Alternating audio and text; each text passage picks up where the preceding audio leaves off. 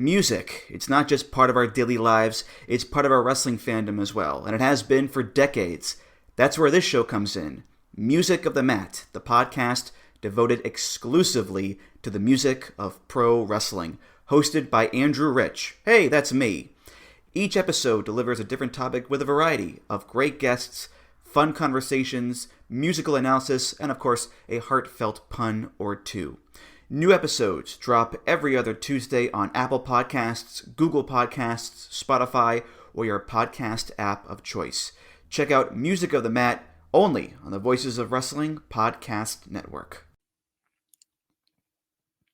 This podcast is a member of the Voices of Wrestling Podcasting Network. Visit voicesofwrestling.com to hear the rest of our great podcasts, as well as show reviews, columns, opinions, and updates across the world of wrestling. Competition starting to get thick, it's the click, so I hope you watch your A game. A made no rain from the track when we unite and spit. This is an A game, better bring your A game. Competition starting to get thick, it's the click, so I hope you watch your A game. A made no rain from the track when we unite. Oh my gosh, we are having a night. We are having a night. So. Hey now, it's the Mike and JD show, and I am your host, Mike Gilbert, and I'm joined as always by JD, by God, Oliva. Man, this almost didn't happen, brother. I texted you today. I'm like, hey man, let's go early tonight. I got to leave in the morning. Got a tournament in Iowa. Got a bit of a drive. Let's go early today. Let's do that. And then my kid wouldn't fall asleep. Finally did. Your computer shit the bed, and you had to reinstall Chrome like minutes before the show. And it's like, God, we should just done the normal time.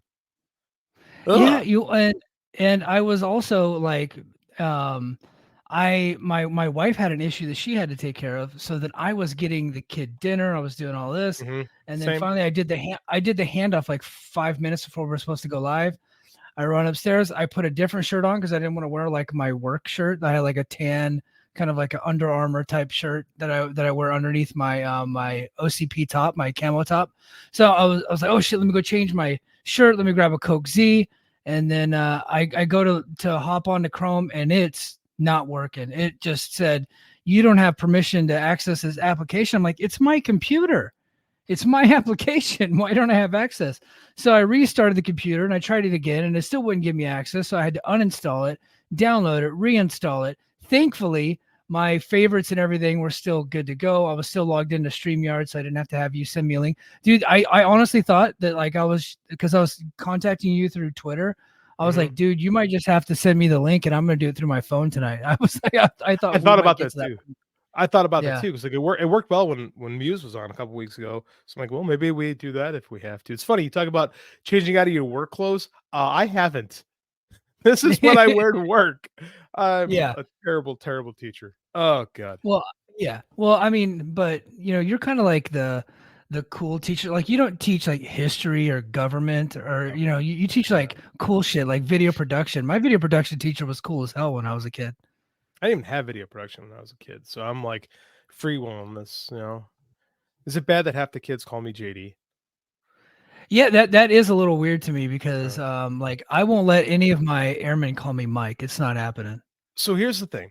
I've been JD. No one's ever called me by my last name, right? Like people you help by say, hey, Gilbert, right? Nobody's ever called me Oliva, ever. It's JD, right? And like when I started coaching, because I started at the high school I went to, those kids all just knew me as JD. Right, because I would come in the room and they knew who I was, and that just kind of continued. And then where I'm at now at DeKalb, I coach with 3 brothers, right? So they all have the same last name. So they all go by their first name, and I've always gone by my first name. So I coached there for 6 years before I became a teacher. So the first day of class, I sit in, 6 kids walk in and go, JD, what are you doing here as a teacher? So it's not everybody. My younger classes don't, but the older kids, it's like, or the wrestlers are all like, hey, JD. And I walk in the hallway and I saw the principal, and she goes, hey, JD, what's going on? And I'm thinking, it's just me. I gotta be the only teacher here that they do that with. No, that's cool. That's the vibe. You got a personable vibe to you there. The kids love you. So I think that's awesome, man. Yeah, we'll see. Yeah. The semester's not over yet. We'll see if they love me or not. Well, welcome back to the Mike and JD show, everybody. We were kind of off last week. We still ended up doing a show. We just weren't live here on Thursday night like typical. Yeah. Dude, we were cranking out the content. Yeah. I'm a little behind on the daily news thing. My job is picked up this week, so I'm hoping I get a little bit of downtime next week. But yeah, we've been cranking out the content. I want to thank everybody for being here on the Voices of Wrestling Radio Network. I really appreciate you being here. If you're watching on YouTube, make sure to hit the subscribe button and give us a big thumbs up, and then share the show. Tell your friends about it. This year we didn't come into Voices of Wrestling until August, and because of that, we were not a part of anybody's Spotify Wrapped end of the year thing, and I'm a little jealous. Like, Hawkins is on some Wrapped, and the AEW show, The Good, the Bad, and the Hungry got some love. The Gentleman Wrestling Podcast, but no Mike and JD. We came in a little bit late, only been on the network 3 months. So next year, that's the goal. I want to see us in Spotify Rep next year. Well, we have become content machines. I must say something for being on Voices.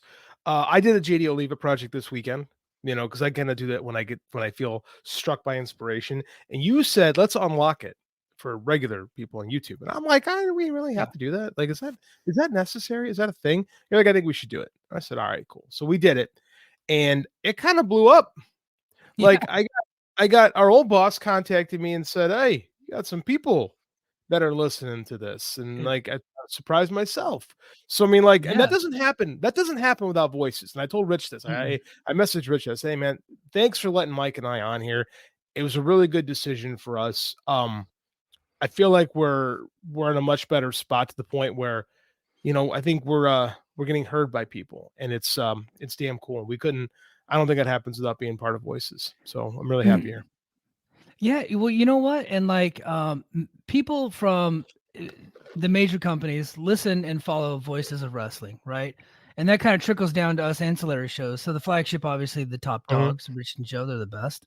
And it trickles down to us, I don't know if it's just that we just get left in people's feed and people just accidentally listen but with the video that you posted, that was on our personal YouTube channel.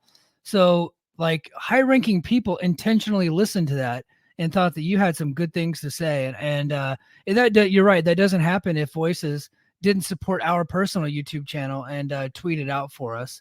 And that got it onto some people's radar, and they really liked what you had to say about leadership. And we won't get into it. Just everybody go to the Mike and JD Show YouTube channel. It's right now. It's like our top video from the last week. So go ahead and check that out.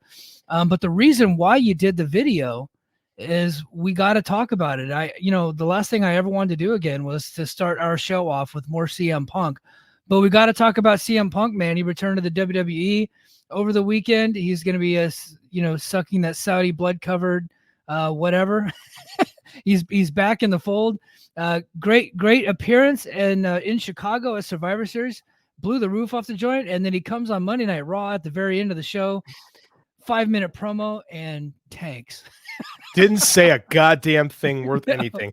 There's nothing you want more than CM Punk with he had like the dead doll eyes out there. Like I've never seen a less passionate CM Punk in my life. Like you could just tell he's like, I'm home. It looked like a hostage video, right? Like he was like, yes, I love what I'm doing here in WWE. It's creepy. Like I remember I watched it. I'm like, I gotta watch this. So I watched part of Raw because we had kids practice. I got home. I'm watching. I'm like, God, this show sucks. I hate everything about it. And we get to the CM Punk promo, and I'm like, all right. Because again, I was at the First Dance, one of my favorite wrestling fan experiences ever. Or the Last Dance, First Dance. And First Dance, yeah. And I was like, whoa, you can't even compare the two. And I think it was Muse, like, this is what it's supposed to be. Like, he's supposed to be dead to the world. He's supposed to be a hypocrite. And I'm like, well, he's doing the job quite well at the moment. Let's just say that. So here, if he's working at Angle, he didn't really do anything to get me interested in it. No, there just seemed to be no energy, no passion. The most interesting thing he said was what he said off mic was, I'm not here to make friends. I'm here to make money. And I actually believe that's pretty true. And I think that's okay. Like he's at the point now where he's 45 years old. Yeah, go for it. Go for the money. But here's my problem with the promo. A, it was flat. B, it didn't seem like he was all that into it. I kind of, there's been some reports out that maybe his time got like, he's a pro. he's one of the better promos that we've had the last 20 years. So I'm not going to give him any excuses that his time was cut. So I'm not going to give that to him. The only thing I can think of is that he probably wanted to go in a certain direction, meaning probably maybe trashing his old boss. And then he thought better of it because he's like, okay, I got NDAs. I want to move past it. So when he went out there, he didn't really have much to say. And there's no angles for him yet, although it seems like Seth Rollins is building up something for him. So I was like, look, if you're going to come out there and do a promo, let's just get to the Rollins stuff. Like, talk about guys being babies about him being back. He kind of touched on that, but it just felt like flat to me. Can I give you you're a conspiracy guy. Can I give you my conspiracy dude. theory? Yeah, let's do it. Hunter made him eat shit in front of the camera, in front of 2 million people. You're going to go back on there. You're going to say, that you love this place, that you're home, that this is where you belong. You're going to put over Heyman. You're going to put over Roman. You're going to put over, it felt like that to me. It felt like this is like, well, you're back now. So this is what you're going to say. And if you don't like it, you can go. Because that's kind of where he's at. He don't have other options anymore. Let's be honest. He does have one other option, but he wasn't interested in taking it. Yeah.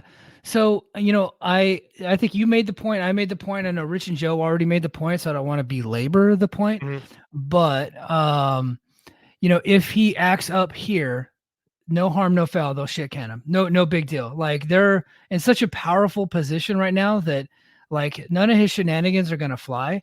So I absolutely could see that. And I know Transferring Heat, thank you for joining us here live. Hunter wasn't there. Hunter was not there, but Hunter has a cell phone. Bruce Pritchard was there, and he was on his marching orders. I guarantee Hunter had his hands all over that show. That show's not getting done without the boss. Joe in the chat, Joe's been telling me this. He's been texting me. He follows this guy on Reddit named Kermit the Frog or something like that. Joe, you can correct me. But this guy has been pretty accurate in the past, saying that Rollins and Punk is happening at Rumble, which I originally thought that it would be happening at WrestleMania. I'm like, that's the Mania match. That's the main event. Well, but then Sapp comes out with a report today, which I think my friend Ryan Frederick told me about before then. Sapp comes out with a report that, I probably wasn't supposed to say our friend. My bad, Ryan. Ryan knew this. But fuck it. Ryan knew this ahead of time. He just told us privately. So before Sapp said it. So Sapp comes out with a report that WWE is interested in making Austin versus Punk at Mania. So I think that could be something that, he's willing to sink his teeth into and gets him going. But it seems like right now he's just there to be there. You know what I mean? Like, there's no passion. None. He seems like a guy who already has been one promo, but he seems like a guy who's just there. Right, who knows that this is what I have to do and this is what I'm going to do and I need the money, so here we go. Right, and if it's him in Austin at Mania, that's kind of cool. But can I be honest with you? Yeah, go ahead. I saw the Joe match was fine. Post foot surgery, he hasn't been good. No, well, look, I thought he had a pretty decent match with Starks. I liked the Joe match at all. Right. It was all right.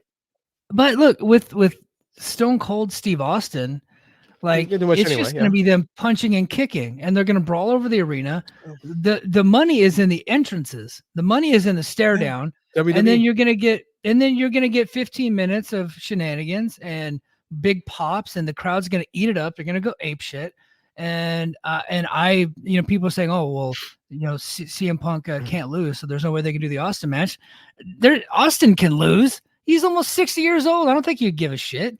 Pay him the money, and he'll probably lose. Who cares? But Punk's not going to turn down doing jobs either, because where he's going to go? He's going to go to IPWF. That's what TNA's doing tonight. They're in front of 150 fucking fans. You guys wonder why CM Punk didn't sign up with TNA, right? Like, he's going to be there until he gets shit canned.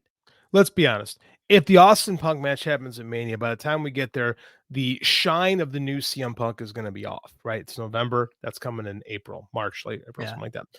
So by that point, he's part of the show, right? He's in. Yeah. So by this point, and he's a heel, like he's going to be a heel. So why can't Punk do a job? Why wouldn't Punk? You think Steve Austin's coming in to lose? You know what? I think Steve Austin would be okay with losing to Punk. I think that he would. I think he would. Not going to happen. But I could see Punk losing. Punk's going to eat a stunner. Punk's going to eat 2 stunners, and they're going to be. Punk's going to have. Austin's going to have a beer bash, and that's going to be thing because that's what you want to see. People are going to want to see Punk lose. By that point, they're going to hate him. This audience is going to turn on him in 3 weeks. It's going to happen. It's totally going to happen. And it's going to be. It should have happened 10 years ago. That's my only qualm with this. If this happens 10 years ago, this is so much better. Yeah, Austin wasn't coming back 10 years ago, but he came back 2 years ago against Kevin Owens, and I gotta admit, I fucking love that.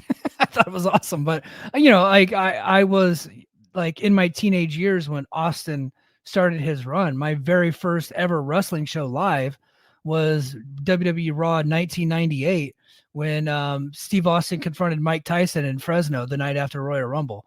Right, so like I am a child of the Steve Austin era.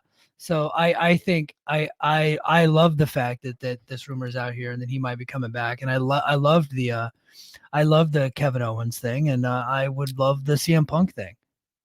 Dude, I'm gonna call this transferring heat. He says in one promo he was never gonna crap on AEW and WWE. I'll judge when Punk gets in a feud with someone. Dude, we're talking about CM fucking Punk here, the greatest promo of this generation. This guy doesn't have bad promos. I just saw him cut good promos on basically anything he wanted to a handful of months ago, right? I don't want to hear that. Well, he doesn't have anything to sink his teeth into. Watched him at 8. Watched him not mention WWE at the United Center, right? The first time. Didn't have a program then. Didn't have anything. Just said, I'm coming back to wrestling with heart and emotion and fire and passion, and none of that was in there. But because it's WWE and everybody loves WWE, everyone's going to give it a pass because we can't shit on WWE anymore because, God forbid we shit on Triple H and his greatness. Fucking tweeting about Kissinger, motherfucker. Yeah, well, no, we can shit on WWE, and we have done that on this show for a long time. But more recently, I think we've been more brutal to AEW than we've been to WWE. AEW deserved it. Yeah. Well, and because I think we watch that program more, so I don't think the WWE gets more of our ire. And I don't think this is a WWE problem. I think that this is just CM Punk problem. Like they hired the guy, he came out and he did not deliver the goods. Right. Randy Orton came on earlier that night, and his promo was just fine. Like Randy Orton promo. It was a Randy Orton promo. It was just as good as any other Randy Orton promo. CM Punk came out just flat, and it was more of a general consensus, right? Because I would think that like you and I think we look for the good in him. You know what I mean? Oh yeah, dude, I think we were willing to love this promo. Yeah, you and I, sorry about that. You and I were far more forgiving to Punk than anyone on this network when the whole thing was going down, right? For the last, and our old network too, we were far more forgiving to Punk than anybody else. So I think you and I are both on the chain, willing to say, well, let's play it out. Let's do that. Let's see what happens. That was a shitty promo. I don't care if he didn't have anything to sink his teeth into. He's in a WWE for the first time in 10 years. WWE internally was calling it Hell Freeze is over. There were no smiles. There were no jokes. There were no anything to make us feel like he cared about being there. Michael? Dude, they kept calling him the controversial and the polarizing CM Punk. He said nothing controversial nor polarizing in the promo. He said nothing in the promo other than a half-assed, half-hearted, I'm home. Now, if him being half-assed and half-hearted is part of the gimmick to where he's like playing it up to where he doesn't really want to be there, he's just there to be all about the money, I don't think he was over the top enough, right? I agree. Like it was too subtle to where the audience isn't going to catch up on that because like, we're pretty good at this, right? Understanding what's going on with promos. I just felt like this guy, even if he was coming in to be a heel, even if he was saying I'm here about the money, he waited until the promo was over to say that. So if they were doing it and they wanted to be subtle and that's what they were going for, they did it. It just wasn't effective. Here's the problem. If you're going for that kind of level of subtlety, oversell it to me. Yeah. Overdo it. Be like, I'm so happy to be home, and over exaggerate your smile. Right? Yeah. Then sell it to me. They're being pandering. Right? What you sold to me was not that you're like going to be a heel here. You sold me that you don't fucking care. That's what you told me with that. That's what that program told me. I don't care. I'm just here. Right. And if that's that, and I'm sorry, if that is the character, that isn't a great compelling character. A guy who's just there for a paycheck. Like, I'm sorry, that's a terrible foundation for a character. John Muse says he's going to be the guy who's returned to the world that is not the same and he'll hate the world. That's CM Punk in life. Like, that's just Phil Brooks. Yeah. And then so this guy RV makes I wonder if he's related to RVD. The Punk promo is just a shorter, phonier version of his first dance promo. He don't need nor should have mentioned AEW, but just say something interesting. Yeah, he doesn't. Yeah. He doesn't need to mention. I was of the opinion he should not mention AEW. Ditto. Because I don't think he should give them any breath. Right? Like just move on. Don't talk about it. But I don't think he said anything interesting about what he's going to be doing here. I just didn't get it. No, and we're not saying he should have mentioned AEW. I don't think he can legally, to be honest with you. But I want to tell me that you're happy to be here. Like, sell me on this. He should have just sell me. Can you believe I'm here for the first time after 10 years? Because you had the crowd that day, right? Yeah. You had them that day. And now, even if it's the long-term story, the story that everyone comes out was, again, we talk about perception. I did my solo show on the perception of what it's like for Punk being back in WWE to AEW and how that's bad. The perception now is, this is the perception. I don't give a fuck what the angle is. The perception is that Punk is just there to get a paycheck. Yeah. And he doesn't care. That is the consensus, right? The consensus is he doesn't care. And now you're fighting that narrative. So great job, guys. Yeah. And then of course Joe says he was just nervous cutting a promo with fans facing him. Yeah, the WWE does have fans on the hard cam side. Unfortunately, CM Punk didn't get a lot of that before he left, but he did. He got plenty of it when he first came into AEW. Yeah. None of that. None of those things is CM Punk's fault, quite frankly. Or some of no. Well, speaking of returning to WWE, man, earlier this week, Ibu of Wrestle Purist, our buddy, a friend of the show, said that he thinks that Sasha Banks may, now I emphasize the word may, right? He's not reporting that she's doing this, but he's saying that Sasha Banks may return to WWE. We have a friend that is kind of in the know, and he agrees. He agrees with that. That's kind of odd to me, considering she showed up at All In this year in a walking boot, and it seemed like she was, Mercedes Moné was AEW bound.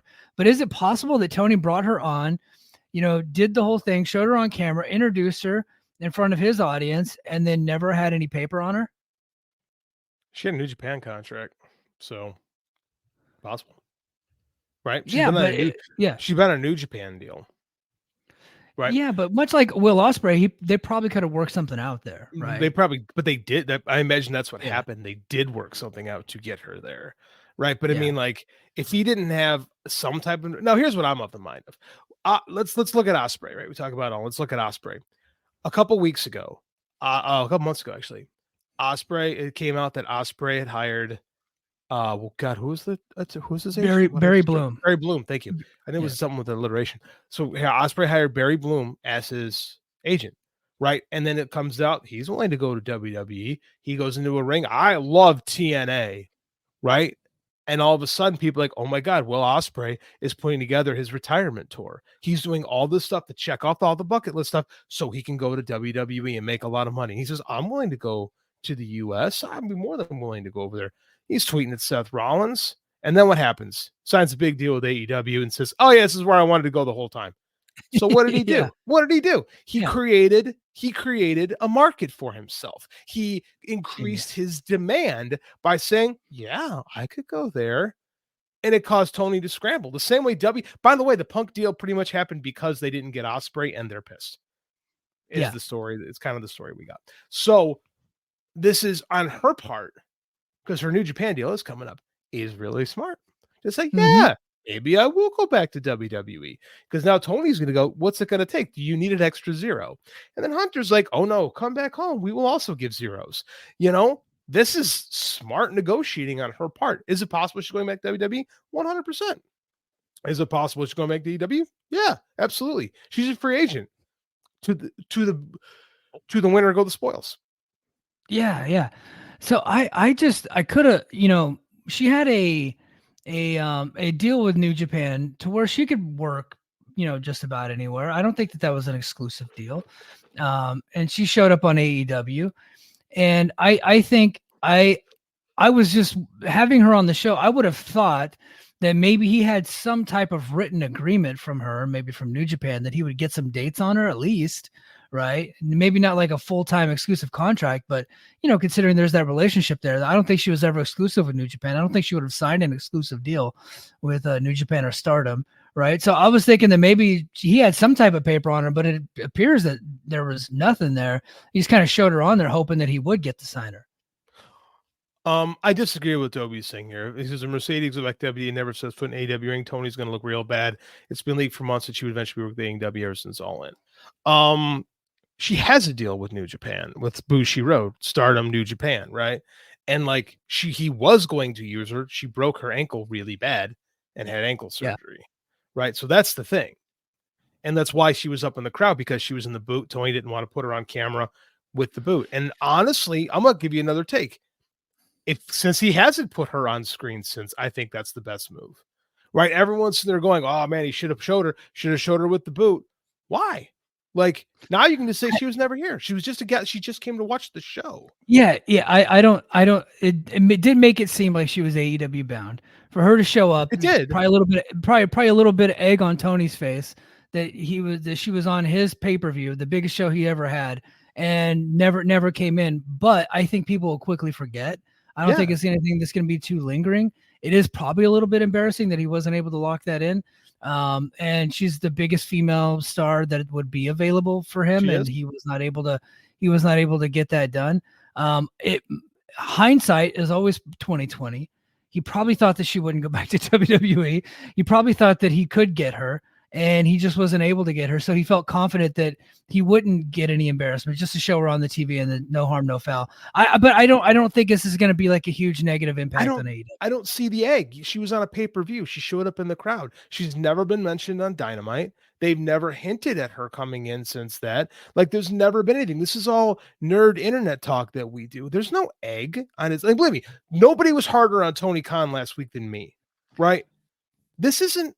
She doesn't want to go there. She doesn't want to go there. She went there as a New Japan employee, right? Could don't they have you gotten think a on her? You Sure, don't think that JD? You don't think that Tony What? Khan, in hindsight, would rather her not have ever been on his TV, considering he wasn't able to get the deal done? Because he's got an ego, right? He probably felt pretty confident he was getting that deal done. Does right? it hurt his ego? Sure, everything hurts his ego. Okay. He's a remarkably thin-skinned individual.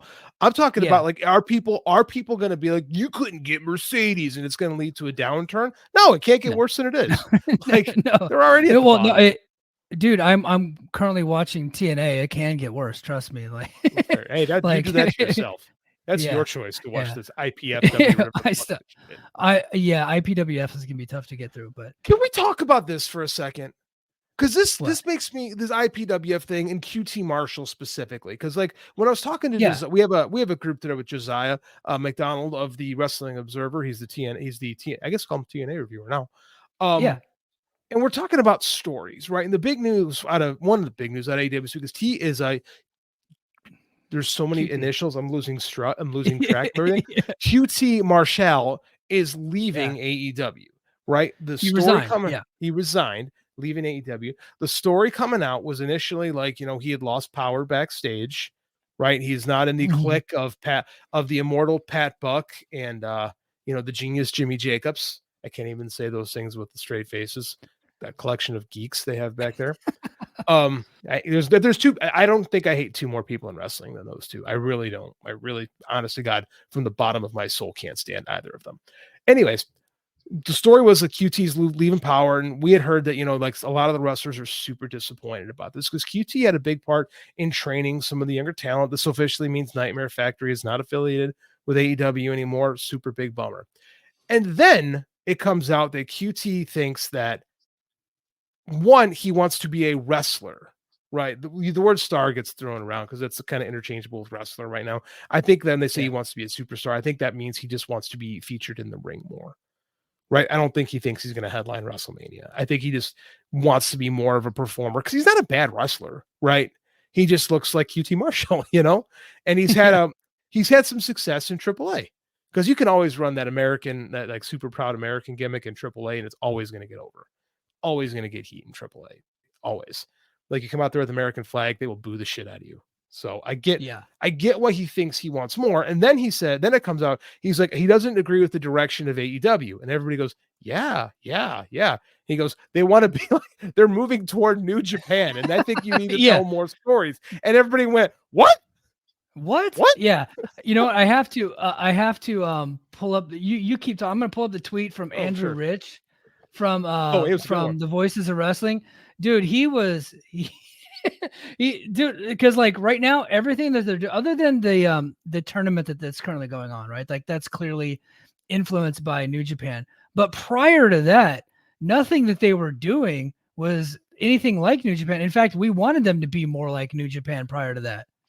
So I'll say this week's Dynamite was the best episode of Dynamite in probably 6-7 months, maybe more, right? It was largely wrestling focused. They told the story. The show revolved around the C2, and it was really good. They had a little bit of bullshit. The hacker shit, which we talk about later, and the Timeless Tony was stupid, but it was pretty minimal. So it was good. However, this company is nothing like New Japan. Go ahead, Mike. Yeah, and then Andrew Rich, right here from the Voices of Wrestling Network, posted a picture.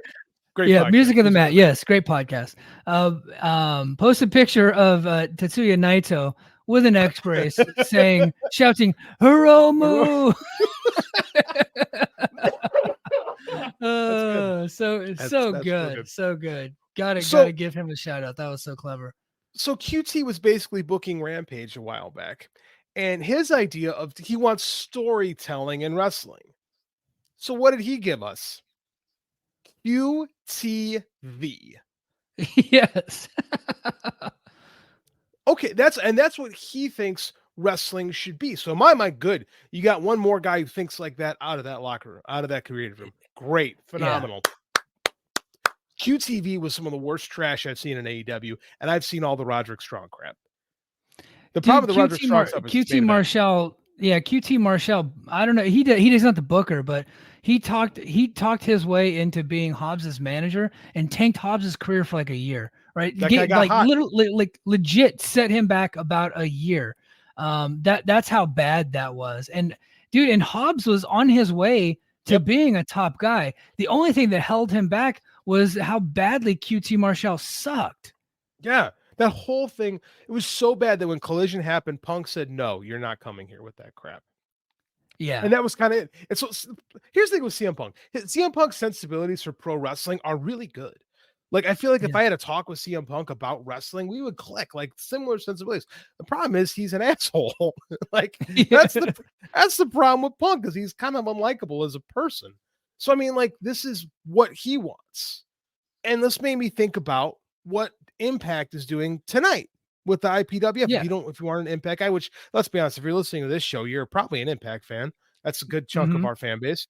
Like, but it's where everybody puts away their anger and hatred toward each other for 2 weeks and plays dress up and pretends it's a regional show from the 80s for reasons to masturbate each other on camera.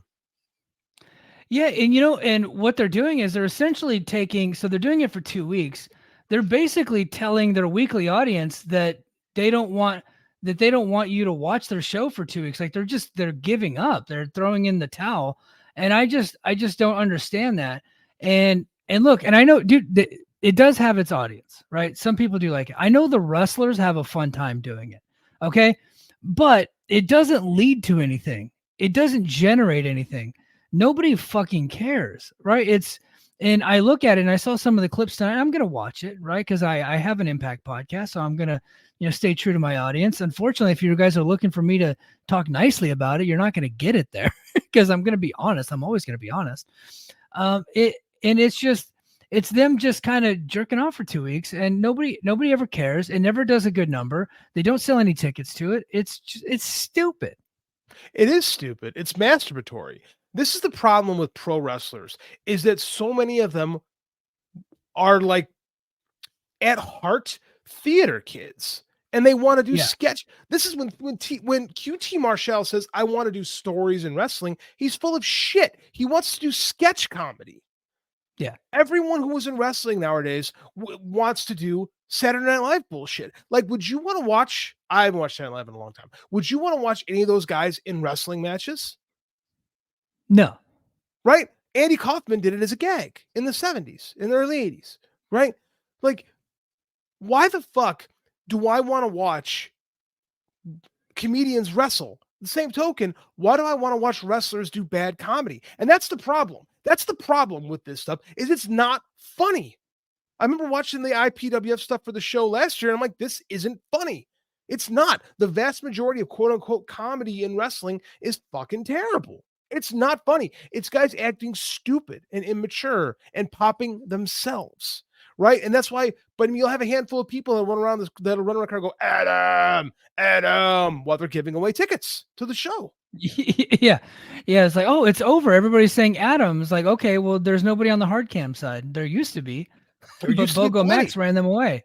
Right. The Brochachas ran them off. Because bad comedy doesn't sell. Jim Cornette said, funny doesn't draw money. And he's right. Now, I'm not saying you can't have comedy. I like Danhausen. I think the problem Danhausen, he's actually funny. And he's in the lower card. He's like below mid card. It's fine. Danhausen, so there are exceptions to every rule. Danhausen's an exception. Johnny Swinger's an exception. I think he's like hilarious Johnny Swinger. Still.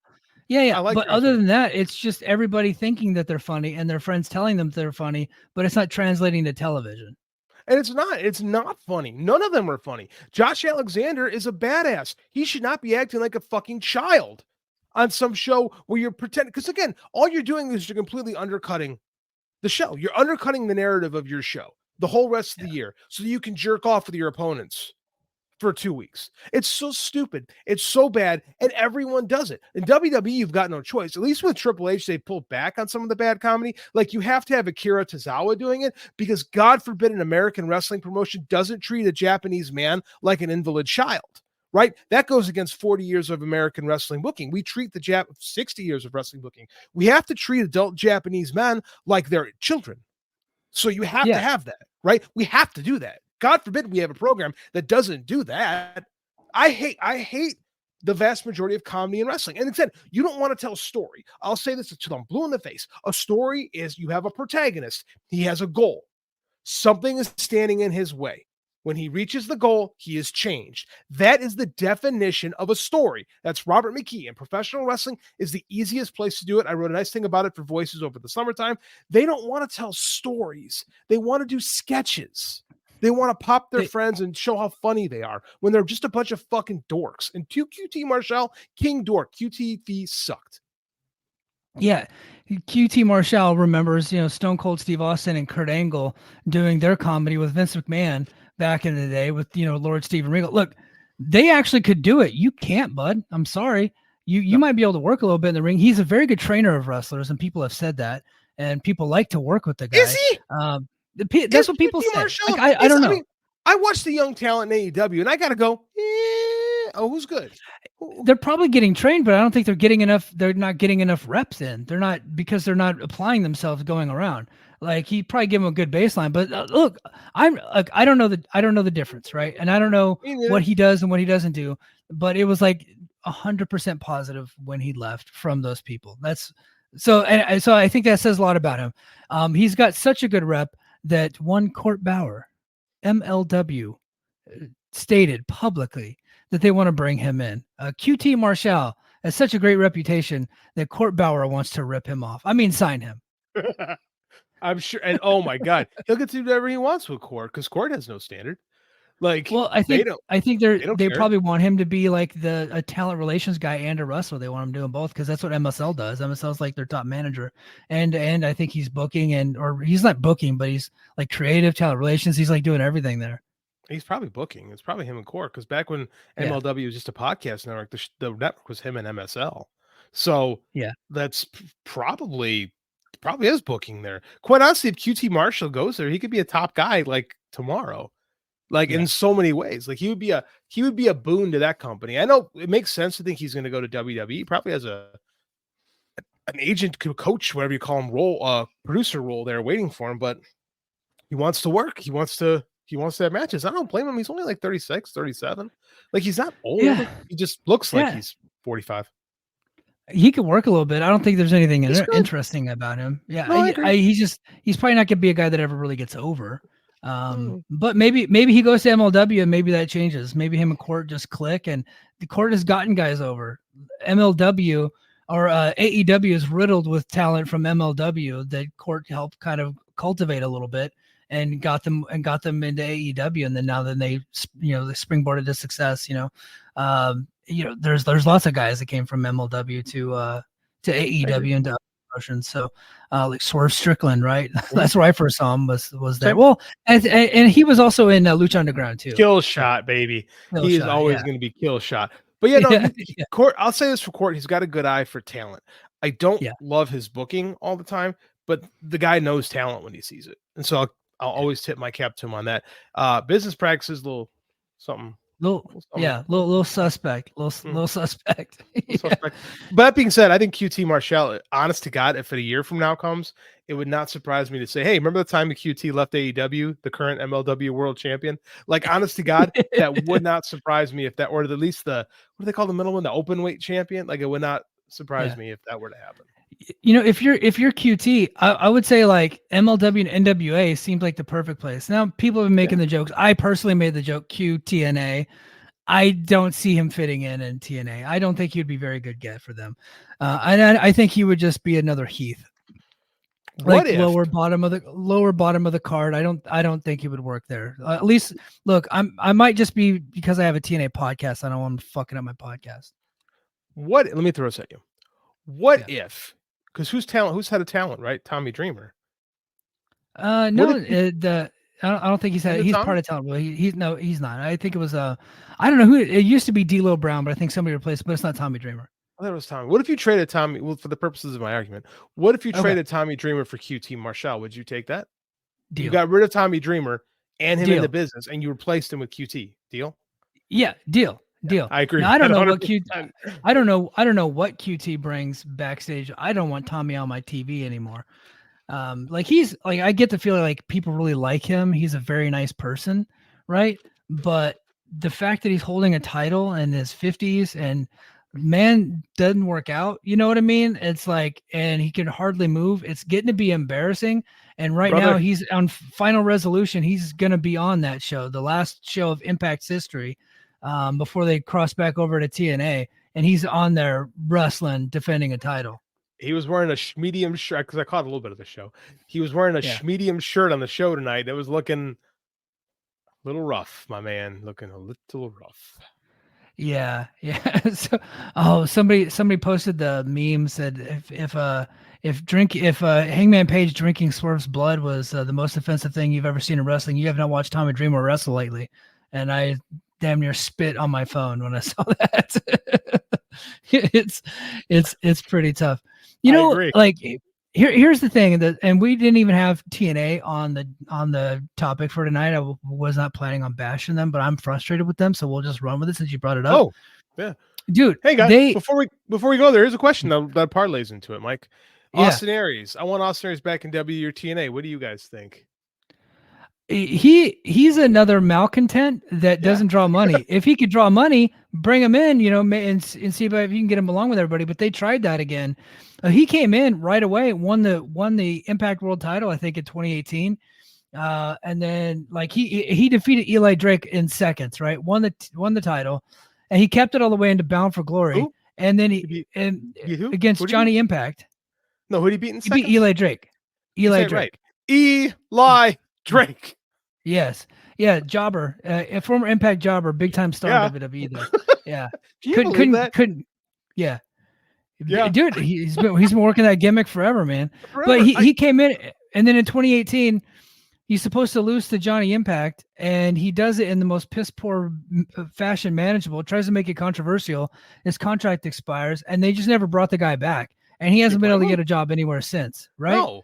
Like. And look, and I'm not even talking about his online behavior where he's just constantly doing whatever he can to go against the grain to rile people up and start fights with people. It's like the COVID stuff. It's like, okay, look, if you don't want the vaccine, that's fine. Don't take it, but don't get mad at other people because they want it, right? Like, that stuff and vice versa, right? So like he was just completely antagonistic, completely harassing people online. And the guy's just doing it from the comfort of his Las Vegas apartment and he can't seem to get a job. He can't ride certain rides at the carnival. The guy's a loser. Fuck him. So, sorry. We made fun of Court for a little bit. Court Bauer is not booking Austin Aries. So let just think about that for a minute. Yeah. Austin Aries is a good talent and he's not that very old. So nobody wants to book this guy. Think about that. Nobody. Yeah. And he's not been canceled. Right? No, like he's rude. He's rude, right? He's a like, dick. But there are anti-vaxxers all over wrestling and pro sports and everywhere. Like that's not that big of a deal anymore. Like nobody just wants to work with the guy, right? Mm-hmm. So he's just a guy that nobody. Yeah, NWA is not booking him, but Billy Corgan doesn't want to book him. Billy Corgan's probably anti-vax. I mean, like I don't know that for a fact. I just feel like it's true, right? So like, but anyway, but. Sorry, Billy probably thinks the vax rewrites your DNA or something like that. Yeah, Billy's a fucking madman, so knows what he thinks. Yeah. But think about that. Transferring heat makes a good point. Court booked Teddy Hart. Now this is before Teddy Hart was a part of a missing persons investigation, but he had done terrible stuff up until that point. That was very public. So Teddy Hart, he's got a rap sheet a mile fucking long. He was booking Low Key. Everybody hated Low Key.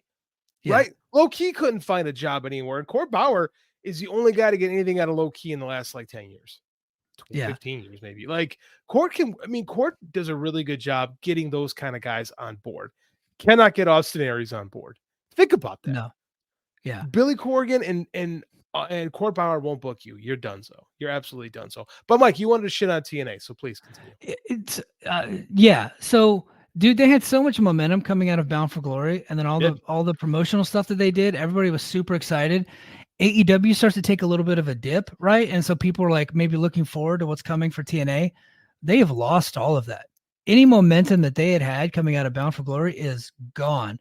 And it's because they took so much time away, right, from producing regular television because they're overhauling their production stuff when they could have just spent the extra money to rent out some equipment while they're waiting for the new stuff to come in or whatever the problem is, or just use the stuff that they already had to continue producing regular television, continue to produce angles and stories, getting us ready for Hard to Kill. But right now they've sold less than half of their tickets for Hard to Kill, and they ain't got that many on sale to begin with.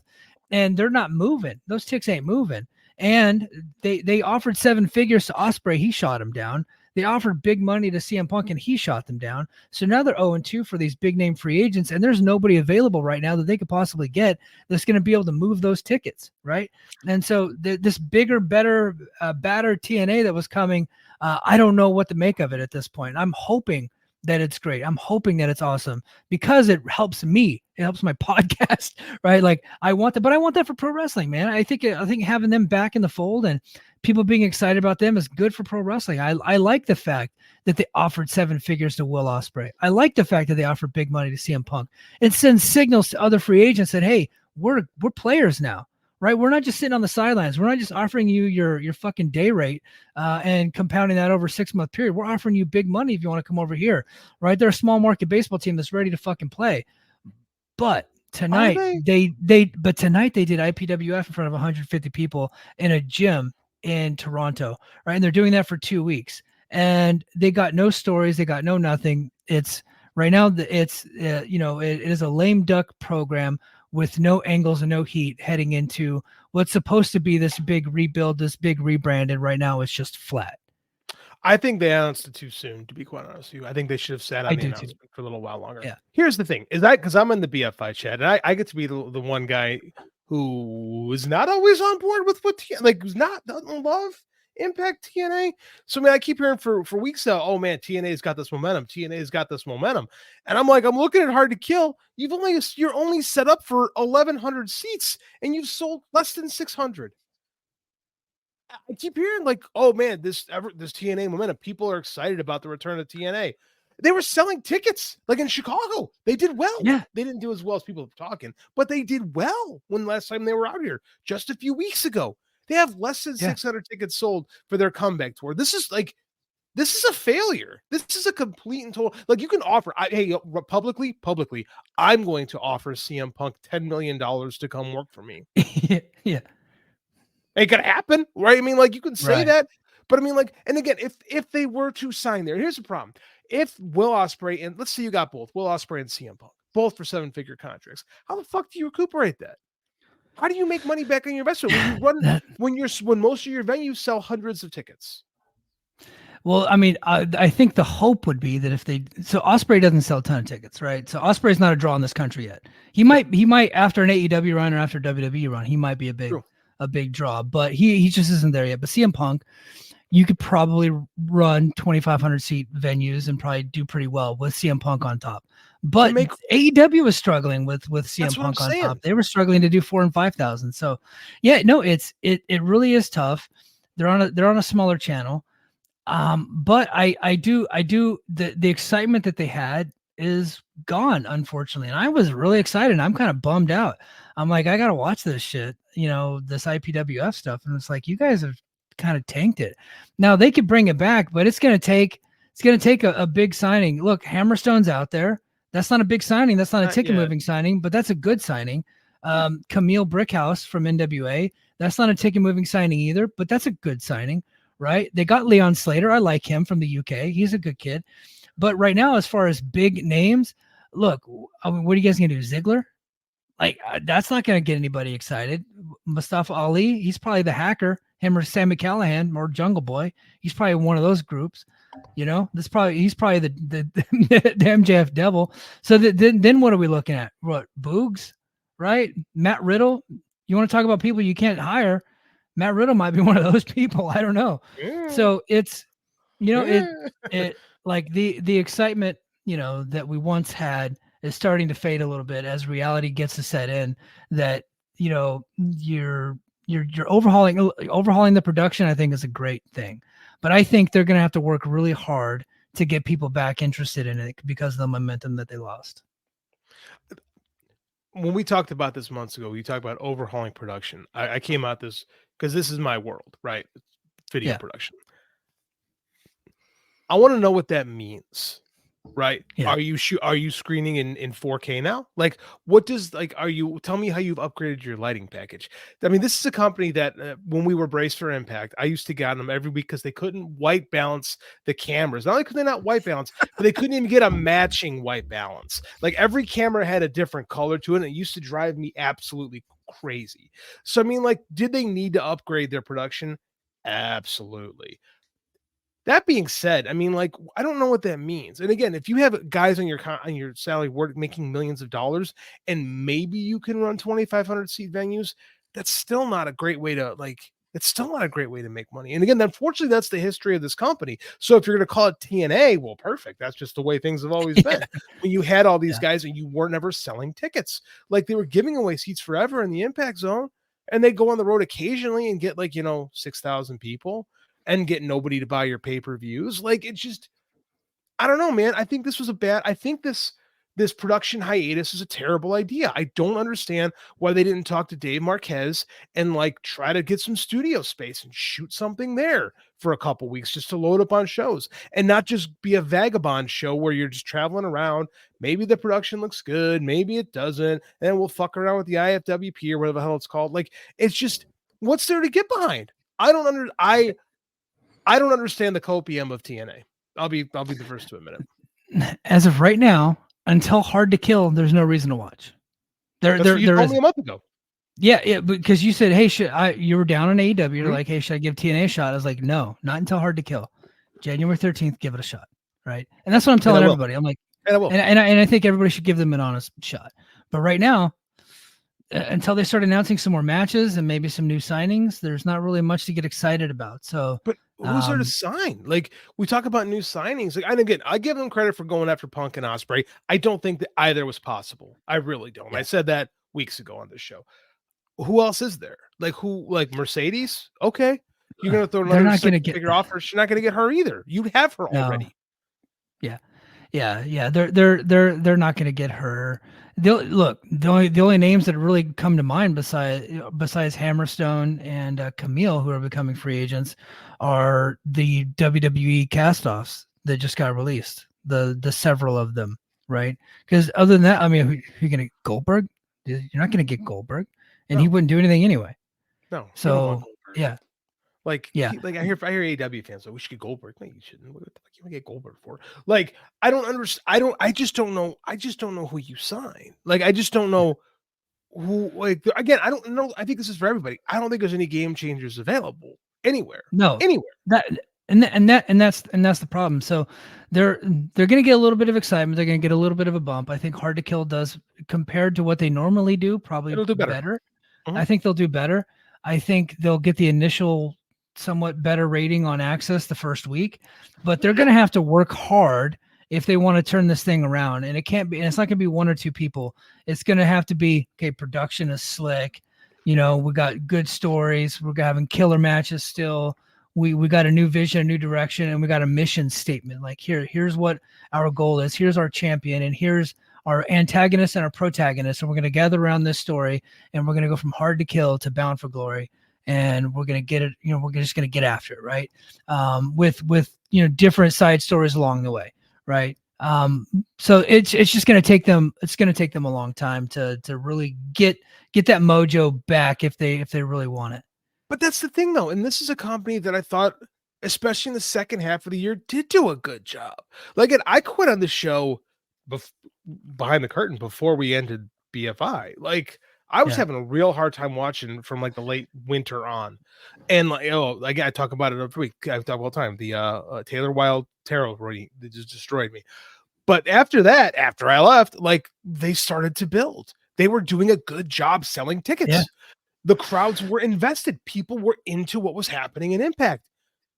And then they just, I don't get it. I don't get why you sit there. You try to get people excited and you go, now we're not going to do anything. Yeah. Now we're going to take time off. We'll see you next. We'll see you in the first quarter. That boggles my mind. I don't get it. They could have ran tournaments. They could have done all kinds of stuff. Right. But they just took something that I'll never understand. It's just something that I'll never understand. I want to move off of TNA. I'm going to talk more about it. I already talked about free agent signings that they could bring in over the weekend. So go to patreon.com/the Mike and GD show. Check out Brace for Impact. I did a deep dive into the free agents that are out there that they could possibly bring in, like reasonable free agents. And I also did a deep dive on the aces and eights, which was kind of a fun thing to do. So, and then this weekend, I'm going to talk about unsigned indie talent that are kind of not no name, but like talent that are on the up and coming talent that are on the indie scene that TNA should probably go after. So I'm going to talk about that. And then I'm going to talk about the Main Event Mafia because they're not really running shows. And then I'll check out IPWF and give that a little bit of time too. But hey, before we get going, I did have, so MJF working with a torn labrum. He's going to be wrestling Samoa Joe at World's End. He's probably losing. I don't want to spend too much time on BOGO Max. Do you you have anything on his torn labrum? No. No. I mean, I said before, like as a coach, I've dealt with 6 different kids who've torn their labrums. I had one kid wrestle on it for 2 years. Yeah, you've had one. Yeah. Like I had one kid wrestle on it for 2 years. Yeah. I had one kid wrestle on it for 2 years, won the state title. He just would snap his shoulder back into place. He's a real tough kid. And I had kids who couldn't do anything after it happened. It always depends on the severity of the tear and what the individual can do. Like, I don't know. And apparently he's done this before, right? Apparently he has rehabbed this before the Jungle Boy match in 2020, he tore it. So, and again, I've never met a kid. Now, again, I would deal with kids. I never met a kid who tore his labrum that didn't re-tear it later. Yeah. And especially BOGO Max is probably on some scientific supplements, I would say. Probably getting a little extra help. And which could also lead to some, it helps you in the healing process, but also gets you to more tears. So that's what I was going to say. They're not great for ligaments. No. Let's go to bad tweets, dude. We're going to start the bad tweet segment. We haven't done this in a while. No, JD, I have an all-timer. Ooh, this is one of the greatest bad tweets of all time. It's been deleted, but your boy screenshotted it. I got it ready to go. My man. Let's get into it. Bad tweets. This is an all-timer from Forbes magazine. Forbes Sports Money says CM Punk did not return to WWE despite weeks of rumors that the polarizing star could return to the promotion in his hometown of Chicago. And sure enough, if you look on the bottom of the picture, Mr. Cheeseboard himself, Dipshit McGee, Alfred Kanua, who has been kind of an antagonistic writer for Forbes magazine, the once successful, the once prominent Forbes magazine, hired this doofus. He pre-wrote his story before Survivor Series was over. They had the link ready to go, and they timed the tweet out. They set the tweet out to go off automatically as soon as Survivor Series was over, with the thought that CM Punk wasn't returning. He then had to go and rewrite the story, but Forbes magazine kept this tweet up for days. They finally deleted it today, but I had the screenshot. Bad tweets. This is an epic one. Look, we're going to have more because I have more and I got to get through them because people send them to me, but I don't think it's ever going to get any better than this. This is the greatest of all time. He's the least serious human being in all. I'm hard on wrestling media, but there is no one worse than Alfred Kanea or whatever his last name. He's worse than that Dangor dipshit we used to pick on. Like no one is a less serious character than him. And this is just the coup de grace right here. Yeah. What a geek. Yeah. I mean, like, who pre-writes a story of a sporting event before it happens? It reminds. So someone tweeted out, I think it was Hawkins, lazy motherfucker. Jeff Hawkins tweeted out a picture of Harry Truman holding up a thing of a victory newspaper article for his opponent. Yeah, Dewey beats Truman. It's like, you guys jumped the gun on that one, dummies. But that one is an absolute all-timer. Let me get to my bookmarks here. Make sure that I don't have anything crazy on my bookmarks. All right. So this one is from a WWE Real One. So Fightful said Julia Hart names AJ Lee and Natalya as dream opponents. So Real One says Natalya is not stepping foot in my company. So we got tagged by Io saying bad tweets because that's not his company. What's wild about this guy? That's the wildest part of this guy is his name is WWE Real One, and he has a picture of John Cena, but he's like the hardcoreest AEW fan ever. It's like this dude's like whole branding is used. You don't work there, my man. Yeah, you don't work there. Bad tweets. This one comes from WWE Gorilla Position. WWE just generated Survivor Series records with viewership and engagement. AEW's counter programming numbers are thus: Rampage 233,000, down 44% from 2022. Collision 294,000, down 50% from 2022. This is a bad tweet because Collision did not exist in 2022. So how could it possibly be down 50% from the year before? Mm-hmm. That guy's an idiot. And also last week, SmackDown lost to Dynamite head to head when they were on cable. Yeah. So not head to head, but like, yeah. That was it. That was it for bad tweets. Actually, I didn't have any more than that. I thought I had. I thought I had way more. Yeah, I thought I had way more. But the Alfred one is probably my all-time favorite bad tweet. I probably could have just ended the show on that one. So real quick, I saw one. Let's close with this, man. Skip says one bill fills in WWE. Now what happens to AEW if WWE give AEW? Oh geez, if WBD give WWE a new TV deal for Raw. I hate. Yeah, I think I'm so over these 3-letter things. I know. I'm glad you brought that up. I did have that on my list because you and I specifically were anticipating the announcement already that there was a TV deal, but the TV deal did not happen, right? So it's okay. So I kind of skipped over that. No, but I think that's interesting. So rumors are, and the rumors have been out there that WBD is interested. Now Wrestle World, stated, but sometimes Wrestle World can be hit or miss. Like he also said that Ronda Rousey and Athena were going to be wrestling a final battle, but that was never the case. Nope. So could WBD land Raw? I guess anything's possible. They seem to be in cut mode, right? The whole company.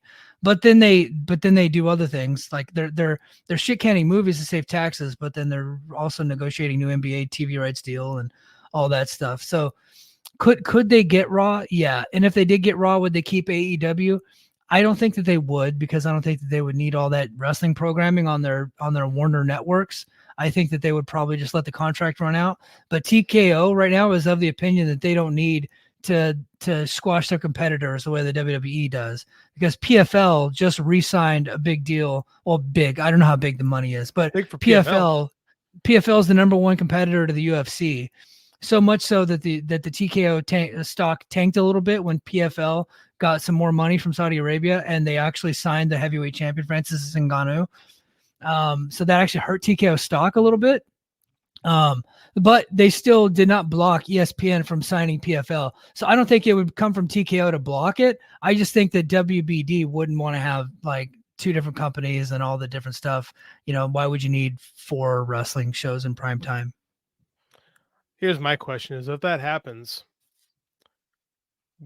I think it would be in terrible interest of WB. I think it would be in terrible interest of WWE for TKO to push a cancellation for the AEW programming, because Court Bauer is ready to take WWE to court over legitimacy. And I think it's a bad look for WWE if you got your next highest competitor kicked off of their network when you're trying to show that you're not a monopoly, when you have your programming on, now it's on all these different networks. And you're going to get I know we like to dunk on Tony Khan. Let us not forget that Tony Khan is a billionaire and justice in this country is bought. So now you want to give Court Bauer $1 billion to help fund his lawsuit? That'd be a great idea if you're WWE. Yeah. Hulk Hogan knows exactly how great a billionaire can be on your side when you're taking on a big conglomerate, like he did with Gawker. It's because it was funded by a billionaire. Peter Thiel that also hated Gawker, right? So I think the superpowers would unite. So that's funny. Court and Tony Khan. Yeah. So I just don't see WBD going for WWE. I have been saying I've been saying it forever since the rights were coming up that I thought they would go to FX and work out a deal with Disney. But then we heard that FX was for sale at one point, but that was never really official. It was more of a rumor, I think. So I still think Amazon's going to wind up being the home for Raw. I got a hunch. Yeah. Because I could see it too. They're looking. What is TKO's business mode right now? What are they into? What are the wrestling people have been bitching about? Is that they go for what's the highest dollar value, right? Because NXT is probably going to lose viewers when they move. Maybe not. They've slipped quite a bit over since making this deal, but they're probably going to lose viewers when moving over to the CW, even though it's broadcast. So if Bezos backs up a Brinks and says we want Raw, Nick Khan's going to say yeah. Right. And no one has more money than Amazon. I think if Amazon is a player, I think Amazon, this is just JD opinion here, right? And I'm wrong a lot. I think Raw goes to Amazon. I could totally see that. Look, I was watching Amazon tonight for NFL. And it worked perfectly and it always does. So and millions and millions and millions of people have access to Amazon.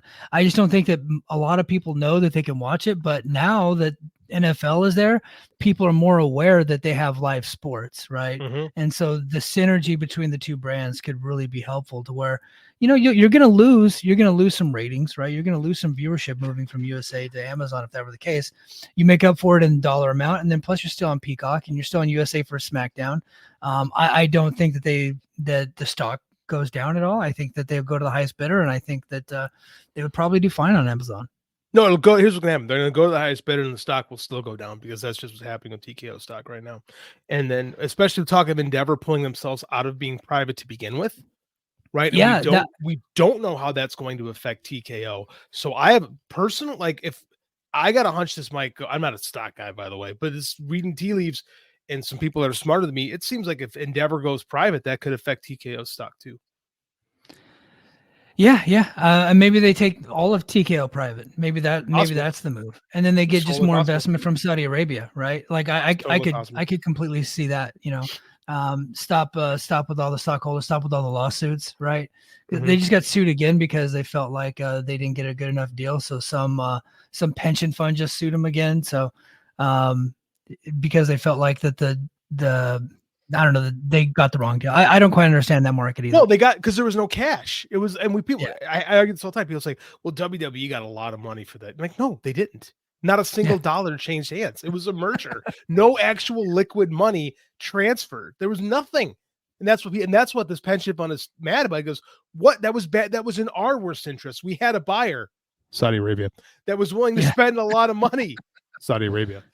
And it didn't happen. Yeah. Before we go, we got some folks in the chat.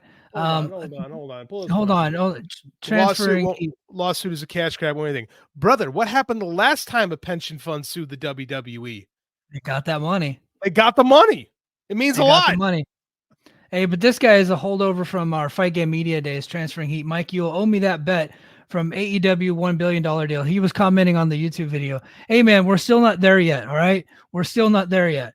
But I don't even remember what the bet is, but I do remember me and you talking shit to each other. So in a fun way, like nice guy. But yeah, so it's still possible, damn it. But I'm not as confident as I was back when we first talked about it. Something happened with that. Yeah, and now that they don't got one bill, now they ain't got one bill filled. But you know what? The numbers last few weeks, the weekend numbers are not good at all. But Dynamite's still pretty strong. It's actually been upticking. Like everything's like, honest to God, I think that the BOGOs are helping with the attendance, right? When you don't have a hot product, you got to sell some tickets. But this week was good. Stuff's starting to turn around. If you look at the Dynamite ratings, they're flat now. Yeah. The bleeding has stopped. So in theory, you're writing your course correcting, you're writing things. Apparently I was wrong on this. I thought that the late buys for Full Gear would not be good. Dave this morning said they're really good. He was surprised how good the late buys were. So yeah, pay-per-view. I mean, like, I know we want to sit there and say AEW in the mud, they're done. I hate internet lingo so much. But they ain't going anywhere. So No, I think they'll be fine. I don't think that WWE goes to WBD, and I think that AEW will get a new TV deal. Whether or not that's $1 billion, like we thought, that one might be a little bit of a reach, especially now that they lost their biggest star. But they're trying to make Maxon their biggest star. I don't know. It's not working for me, but maybe it ends up working in the long run. Maybe it does. I don't know. Could be Swerve. Dude, that's my guy. It's an Austin thing, man. Joe Lanza today on the TV was like, this guy broke it. He said these words. This guy broke into someone's house. How can he be a baby face? And all I could think was, dude, Steve Austin did the same thing, and people were loving him. Yeah. He broke into Brian Pillman's house, busted his window, opened the door, and then Brian, of course, Pillman almost shot him. Maybe. At least, that was the story. We never found out. Yeah, and dude, and Pillman was in a wheelchair, and he had his wife behind him, and Austin was still trying to get him, right? Like Austin, if you look at it in a movie, if that were in a movie, Austin's a super villain, the baddest dude he's also the baddest dude of all time. This dude's strapped, and he's coming into his house. Like, yeah. I can't believe Steve Austin became a baby face after all that. Yeah. No, I thought about that too, and I was like, look, man, Paige was stapling Swerve, and Swerve was like, staple me again. Like, how can I not cheer for him? Yeah, exactly. Yeah, this dude and his manager does a cool dance. He's a cool rapper. He's he looks like a awesome movie character. You know what I mean? Like from a hip hop movie. Like, dude, he is tremendous. He's got everything. It's way cooler that he's ditched because he was kind of going for this like comic book villain thing. Right? Yeah. With his fake ass laugh. And he seems to have ditched that and is now just trying to be cool. And when wrestlers are being cool, they just get over. It never fails. Yeah. Like when someone's actually cool, people are like, oh, I like that guy. He's cool. Mm-hmm. Oh, yeah. But yeah. Hey guys, I think that's going to do it for us this week. So head over to patreon.com/the Mike and JD show. We're going to have a ton of content for you. I'll definitely have a Brace for Impact coming out this weekend. So I hope you guys enjoy that. And then I'll try to get back to more of my news stuff. I've been swamped at work, so I have not been able to get it. So check this out. A quick story before we go. Got my office, got a new desk, got a new side table, got my new computer monitor set up. Our logistics guys helped me out, and our systems IT folks hooked me all up, got me all set up. And I was like, finally, I got my private office. And then somebody got displaced, and they needed a place to work. So I have somebody in my office. I had somebody in my office for a small period of time this week, kind of preventing me from being able to do my new stuff. So that was like, oh my gosh. So, but hopefully that's over with now. So hopefully I can get back to it here pretty soon. So hate when work gets in the way of the hobbies. I know, man, cause my work, there's been nights where I didn't get home till 8, 9 o'clock. So if I do some cool stuff during the day, it's fine. I'm kind of on call 24/7 now. So No big deal. But hey guys, patreon.com/the Mike and JD show. Make sure you like this show. Make sure you like our channel, be a subscriber, share it with your friends, and then you can download it on Spotify, Apple Podcasts, or YouTube Music. You can download the show at. So like Rich actually set up on YouTube Music. So anytime he posts our audio to YouTube, he sets it up as a podcast. So if you have YouTube Music like I do now, I just transferred over. I switched from Spotify to YouTube Music. It'll come up in your feed. And then also the Mike and JD Show YouTube channel, our network. Every time I post a full show, I make sure that it's tagged as a podcast, and it'll come right to your YouTube Music feed. So we have a bunch of podcasts on there now, full episodes that I've unlocked from our Patreon. So go ahead and make sure that you're a subscriber there. Give us the big thumbs up and share it with your friends. I do appreciate you. But until next time, JD, do I say the line or not? Say the line. Say the line. Until next time, mahalo. Competition starting to get thick, it's the click, so I hope you watch your A game. Amen, no rain from the track when we unite and spit. This isn't A game, better bring your A game. Competition starting to get thick, it's the click, so I hope you watch your A game. Amen, no rain from the track when we... Hello there, everybody. It's me, Garrett Kidney, the co-host of You've Got to Be Kidding Me on the Voices of Wrestling Podcasting Network. And I am Liam Jones, my full name, and I'm also a part of the Voices of Wrestling Podcasting Network as a co-host for You've Got to Be Kidding Me. We are a TNA history podcast that covers TNA 1 month at a time. We cover all the drama, all the matches, all the Vince Russo nonsense you could ever want in your life. Have you heard of TNA? I bet you have, but would it be funnier if two people made jokes over it the whole time? Probably. So if that sounds like fun to you, check it out on this very Voices of Wrestling Podcasting Network, and Liam will do bits and whatnot.